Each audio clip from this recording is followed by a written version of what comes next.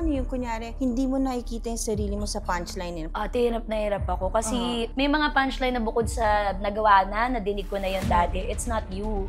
And they try to, gawin mo to like this. It took the death of people I care for to finally be able to reconcile sa sarili ko na, yes, comedians are people too. We feel all sorts of emotions and not all the time clown kami para sa inyo.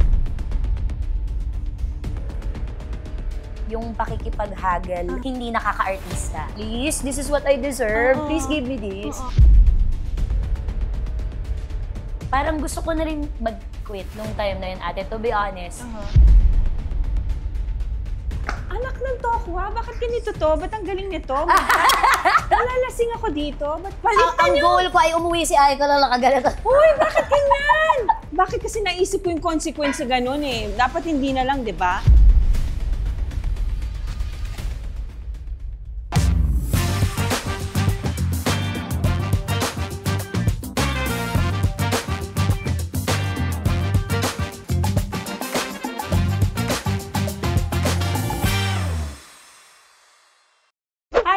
Welcome back to my YouTube channel. Ang ating guest ngayon ay talagang pagdating sa comedy, isa to talaga sa inaabangan natin. Kasama ko to mula noon at talagang excited ako makaka-catch up siya. Ang aking kumare, Miss Tuesday Vargas. Miss Aiko, hello po. Miss ka dyan. Grabe maka-Miss Aiko. Congratulations, by the way. Thank you, Mare. Diba? Grabe, I was just telling her na kung ano yung itsura mo dati, ganun ka pa rin. Thank you. Mukha na lang talaga akong grade 6 lagi. Oo, para ka-elementary, Mare.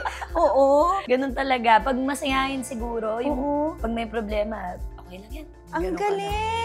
Alam mo, nung nakita kita ngayon, parang nagpa-flashback ako sa lahat ng mga pinagdaanan natin, good and bad. Yes. Diba, ilang beses tayo katrabaho? Many times, no? Ang dami. It's very important for a new artist to find people like you na I look up to nung nagsisimula ako kasi wala akong alam. Tapos nung nakatrabaho kita ng maraming taon na yun, sobrang dala-dala ko hanggang ngayon yung professionalism mo. Mga binubulong, dito ka. Eto gagawin mo.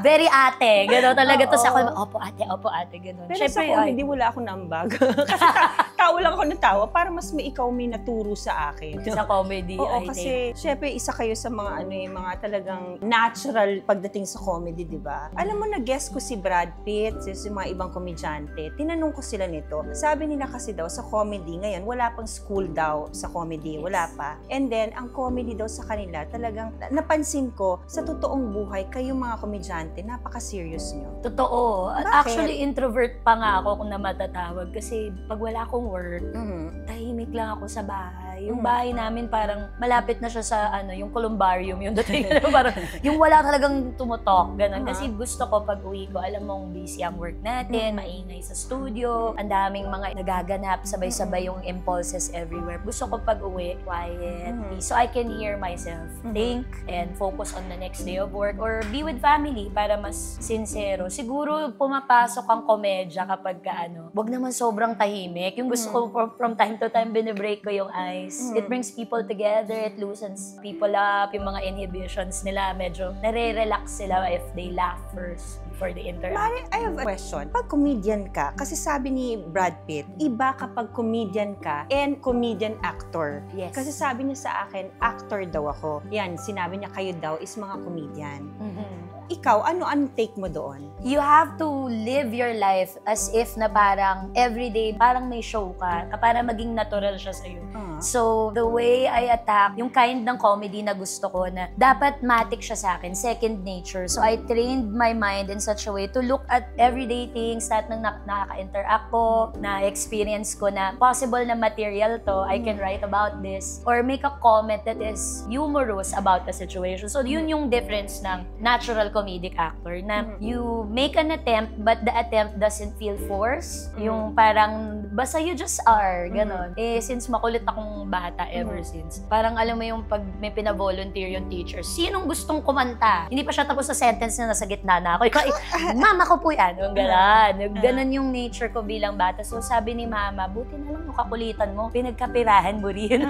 Sabi niya. So yun, I think natural comedians from the very early age in their life, may spark na. May nakita na sa kanila, ano tong batang to, may something. Ano siya, gifted. Oo. Parang ganon siguro. And I've noticed, no, you are the type of an artist also, or an actor, na kunyari bibigyan ka ng script, mag-i-inject at mag-i-inject ka ng suggestion. And then you'd always ask the writer, okay lang ba, di ba? Mahalaga yung collaboration. Oo, collaborative, no? Always. Kasi pag isa lang ang gumagawa ng material, tapos ikaw magpa-perform, tapos hindi naman kayo vibe, di ba? Dapat siguro binibest friend natin yung mga writer ng mga show na nandun tayo para alam mo kung paano mo i-act out yung sinulat niyang material out of respect also for the creativity of the other person. But at the same time, you don't lose yourself in the material.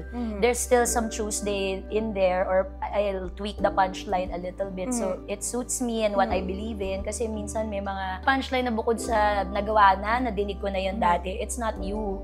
And they try to, gawin mo to like this. Paano yung kunyari, hindi mo nakikita yung sarili mo sa punchline nila? Paano mo sasabihin na, pwedeng ano? Hirap na hirap ako. Kasi una, nung pagpasok ko po sa showbiz, hindi po talaga ako, alam mo to, hindi ako nagsasalita. Tapos ginagano mo pa ako, magsabi ka. Nahihirapan ka na pala or hindi mo pala gusto. Kasi akala ko po, pagka binigyan ka ng material, gawin mo na. Kasi nga, empleyado ka lang dito or dahil bago ka pa lang na artista. But in time, siguro dahil 23 years na rin ako sa showbiz, na-learn ko na rin na it's not what you say, it's how you say it. So yung approach, parang may lambing, pagkakausapin mo mga EP mo, mga executive producer po yun ng mga writer mo na, ma'am, sir, baka po, okay lang po ba? Yung may galang pa din para somehow may compromise. Kasi hindi din naman sila papayag because it was written for a reason. But for you to be able to be effective in a role, kailangan ikaw yun. Kailangan believable. Kailangan pag pinanood ng mga tao yun, si Tuesday yan. Yung hindi ka parang makina na inon lang. Parang puppet lang, no? Ganon. Gusto ko authentic pa rin. Mara, do you also believe na, sabi na, for you to get a seat on the table in the industry, you also have to have a brand of your comedy? Yes. What is your brand? My brand, I'd like to think that I'm pushing for smart comedy. Like, for the thinking person. I'm not saying that the slapstick or yung madaling ma-absorb na comedy is lesser. It's just that parang siguro dun nagre-resonate sa akin. Because I started not as a performer, pero behind the scenes. Yes. Sabi ko nga sa introvert ako, I was so shy na mag-monologue in a play or hold a lead role kasi parang hindi pa ako worthy or ilaw pa ako. So, medyo may pagka-overthinker ako, lalo na nung bata ako. Parang, kaya ko ba to? Sobra akong kabado. So, I started writing first to get comfortable with it. So, parang hanggang ngayon, nandun pa rin yung writer in me na I want my pieces to say something, not just entertain. I want the roles that I say yes to. Parang carve a type of babae, na portrayal ng babaeng komedyante sa show business. Kasi panahon na. Nag-iisip na yung mga mananood talaga ngayon. And also to send a message din, di ba? Yes. Naalala ko, gusto mo, may nag-i-inject ka lagi na, anong magiging epekto niyan kapag binitawan ko yan, di ba? Gusto mo merong effect din sa mga tao, di ba? Correct. Much like you, if I may ask you, why did you go to public office, Miss Aiko? Pag tinanong ka, then you will search at your very core because I want to serve the people.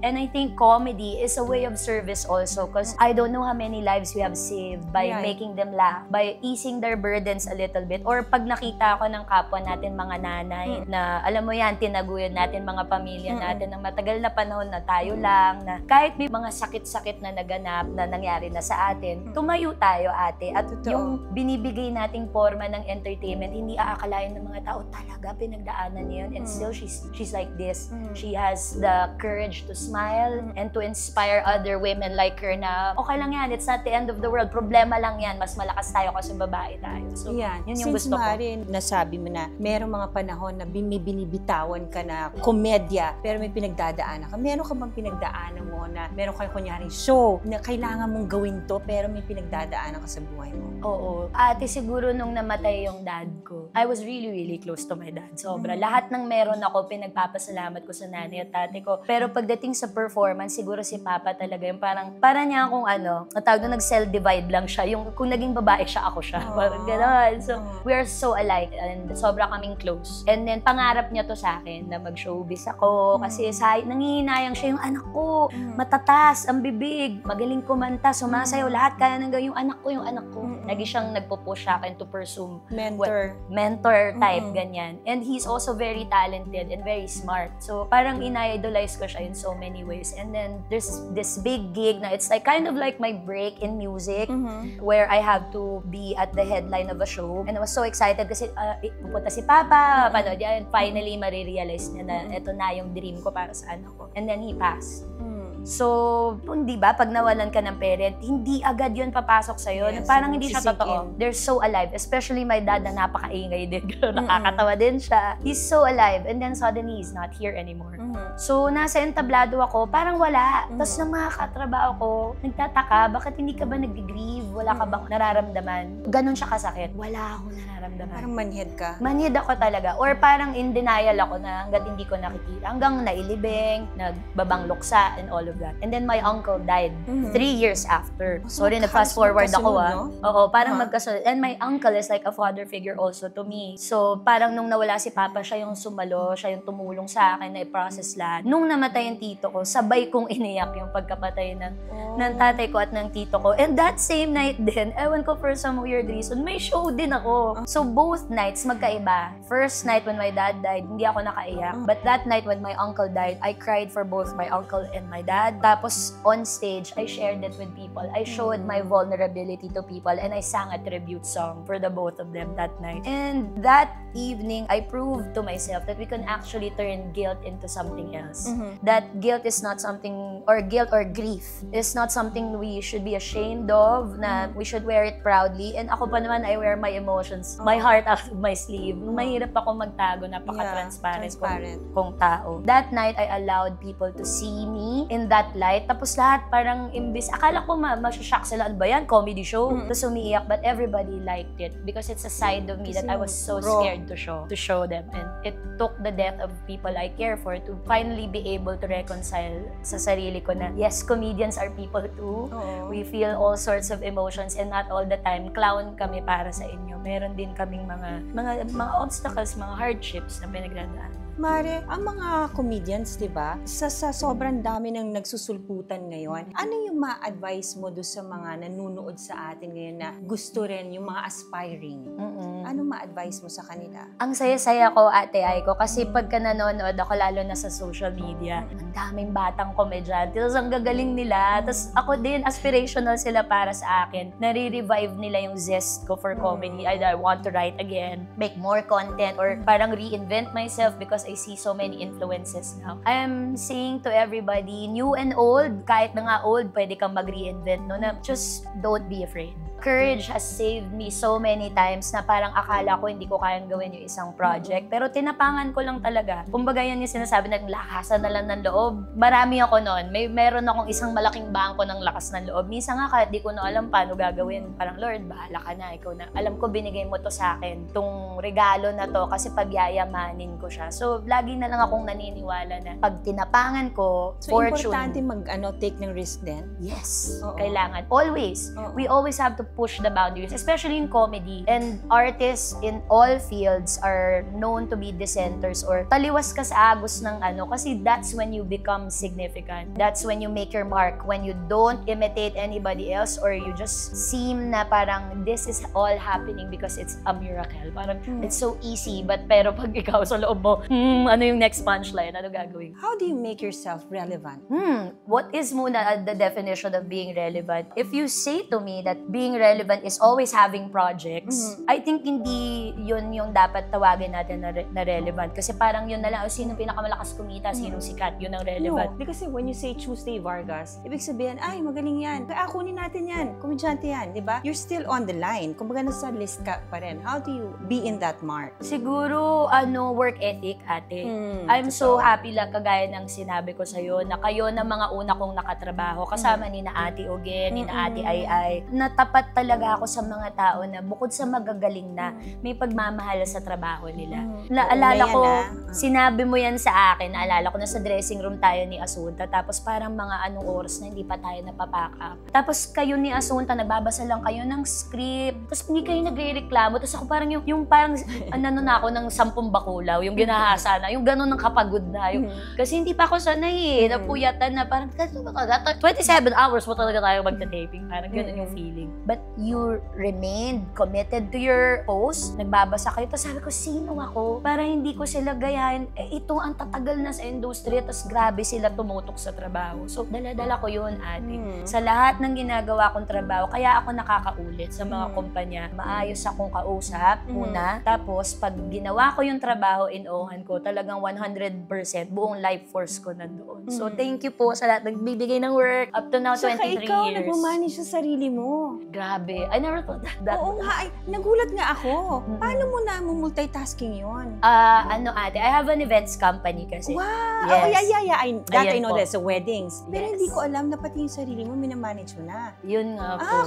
Kwento. So, when I started developing my management skills, so I managed a group of people, then they organize events, di po ba? Sabi ko, may knack pala ako about kasi yung neurodivergent mind, we lack certain skills padating, lalo na sa social situations, no, pakikipag-interact sa tao. But in other things, super excellent kami. And I found na meron akong ganon na talent na grabe ako mag-organize, as in kamadang-kamada, ganon. Ba't di ko kaya gawin sa sarili kong career? Baka sakali. And I'm so grateful that my former manager, Miss Olive De Jesus, Yan, tagal mo sa kanya. and Tito Dan, sumalangit nawa si Tito Dan. 15 years kaming nagsama, and then she went to the real estate world na, hindi na siya masyadong nag-showbiz. When I said, Miss O, can I try to manage myself since hindi ko naman din po, parang gusto ko na rin mag-quit nung time na yun, ate, to be honest.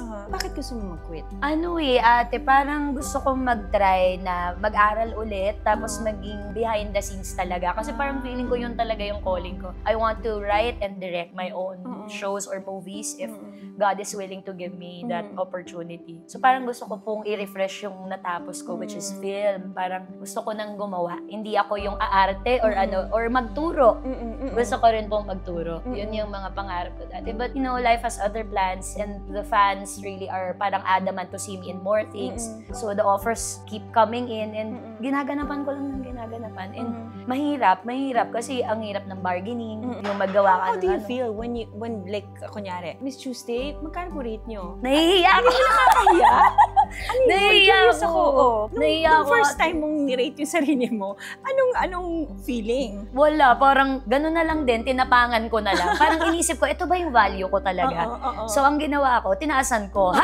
Para meron room para sa tawad. Para kung tumawad. Tsaka kunyari, may nag-refer, di ba ganyan, meron siyang commission, nakaabutan mo pa. Yes. Tapos ngayon, you're able to pay staff na before, nung bago ka, hindi mo kaya. Ngayon. So, iniisip ko rin yung OPEX, yung operational expenses. Sabi ko, dami palang ginagawa talaga ng manager nung hindi rin pala biro yung trabaho nila kasi yung pakikipaghagal, hindi nakaka-artista. Diba? Alam mo yan, ate. Na parang, please, this is what I deserve. Please give me this. Parang gano'n. So, nagmamanage ka na rin ng iba? Hindi po, pero gusto ko din. Pero yung sa events place mo, ongoing pa rin? Ongoing pa rin po yan. Down below. Ayan, Follow yung sa mga let's gusto go. magpakasal at magpa-events. Ito. So, soon, gusto mo rin mag-manage ng ibang talents and everything? Yes, ate. Pero music, Kasi- hindi artista. Dahil ikaw, isa ito sa nagbabanda-banda ka pa dati, di ba? Ang daming ginagawa. Ang daming ginagawa. Ano bang hindi mo kayang gawin? Siguro mag-magic. Di ba? Jeffrey Tam, ikaw lahat na Di ginawa. ba? Ang dami mo kayang gawin, di ba? Sobrang, ito ay tapos ng pag-aaral at saka businesswoman, magaling na nanay, at merong negosyo, di ba? Tapos ngayon, manager ka na ng sarili mo, and then eventually magdedirect ka, di ba? Yun po ang gusto ko. Oo. And happy ang puso? Sobra, oo. I don't wanna parang go into details, but I will say na for women like us na we're just looking for somebody to see us for who we are and love our children. Kasi by loving our children, if you love a single mom, by loving her children, parang na rin siyang extension ng pagmamahal mo doon sa babae. Tama. So very important yun sa akin na ang anak ko ba ay okay sa sitwasyon na to? Ang anak ko ba anong pananaw niya dito? So when you ask me if I'm happy, as long as my son is happy and I am okay, I'm content. Yung sinasabi nating love na nakakakilig, butterflies and bees, just one aspect of love. Yes. But what I am aiming for in my 40s is a love that will, I can say love that will last me up until I'm 80 or 90. Yung love hindi that na, nurtures. may sense of security. Hindi na ako nag-aano kung nagda-doubt, mahal ba talaga ako nito? For what reasons? Anong intent ng tao na to? Tama. Yeah, I'm not asking for easy. Nobody wants that, though. I'm not asking for, it's not just too hard. Kasi puro too hard na yung nangyari Oo, diba? sa buhay. So, pwede naman this time, love should be easy. Tama. Mare, kung meron kang favorite quote sa buhay, ano yun? Until it's my turn, I will clap for others. Ay, Yes. oh. Because everybody's like clinging on to quotes that will serve them.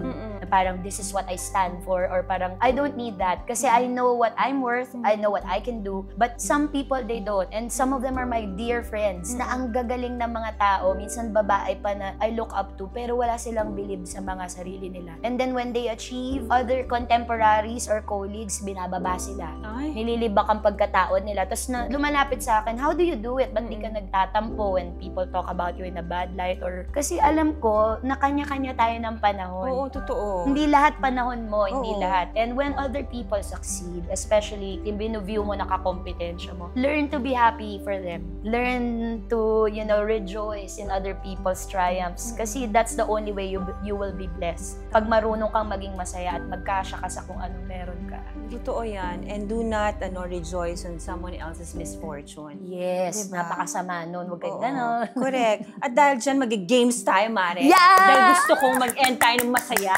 Dahil gusto kong maalala yung mga panahon na talagang alas 6 ng hapon, di ba? Tayo, happy-happy lang. Eto pa, bukod sa magaling si Ai kung magturo kung paano magtrabaho, magaling din po siya magturo paano uminom. Kasi hindi po ako umiinom. Alam mo si Ai ko, sabi niya, susuka ka na. Kung gusto mo ng friend na magagano ng hair mo, yun ang tunay na kaibigan. Siya po yun. Si Aiko Melendez po. Di ba? Oh.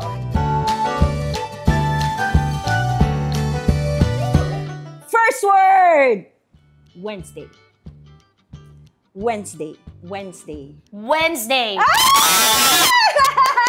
Parang maliin ko na lang para makainom ako. Easy word. Easy word. O sige, na ano niya? Teka lang, gusto kong sabihin na Backstreet Boys yung pinapalitan Oo ko. Pagkahala tayo edad namin eh. No? Ito, second word. Chismis. Anak ng tokwa, bakit ganito to? Ba't ang galing nito? Nalalasing ako dito. Ba't ano ba hirapan natin? Oh my God, hindi pa naman ako nainom. Ganda ng music. Writer. Anak ng tokwang blue! Tama. Ano kayo? Baliktad Ang niyo! goal ko ay umuwi si Aiko na nakagalito. Uy, bakit ganyan? Show ko to, di ba? Bakit ako Bakit kasi naisip ko yung consequence sa ganun eh. Dapat hindi na lang, di ba? Sige. Ano to, take that? Snuffleupagus. Invento lang. Ano sabi mo? Pinahirapan. Inimbento ko lang. Xylophone.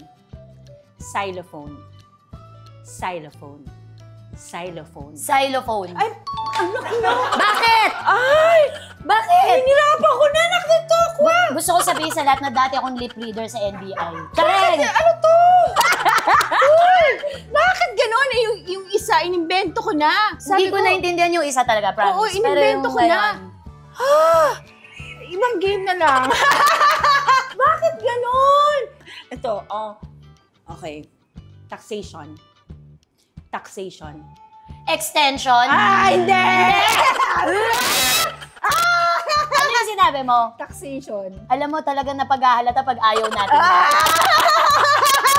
Ayaw natin pag ayaw natin, hindi natin gustong intindihin. Oh my God! Alam na natin yung words niya, pang-government. Hoy! Hoy! Hoy! Oo. Hoy! Oo. Martial law. Pasa load. Ano daw? Umiyan ka! Ano daw? Martial law! Pasa law! Ayan ang talagang ayaw ko. Tingnan mo pag ayaw ko, hindi ko gusto yung maarok. Naku! Pag yan impeachment yung susunod. Bakit tinataasan ko, pinapahamak ko yung sarili ko? Last word tayo para makaganti ako sa kumari ko. Colonel.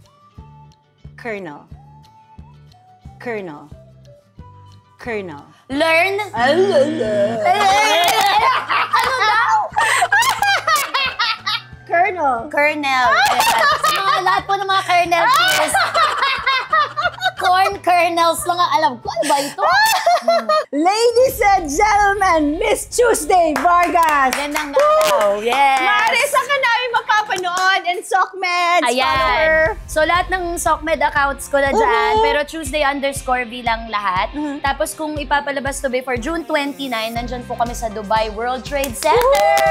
Kaya mga kababayan natin sa UAE, punta po kayo. Kasama ko po dito si Kay Brosa, si Ethel Buba, si Giselle Sanchez, Alex Calleja, and a local comedian, Ima Dumagay in the UAE. So, kita-kita po tayo dyan. And of course, punta po kayo sa channel ko. Meron din tayong channel. Ayan! Thank you po! Miss Tuesday Vargas! Salamat! Thank you!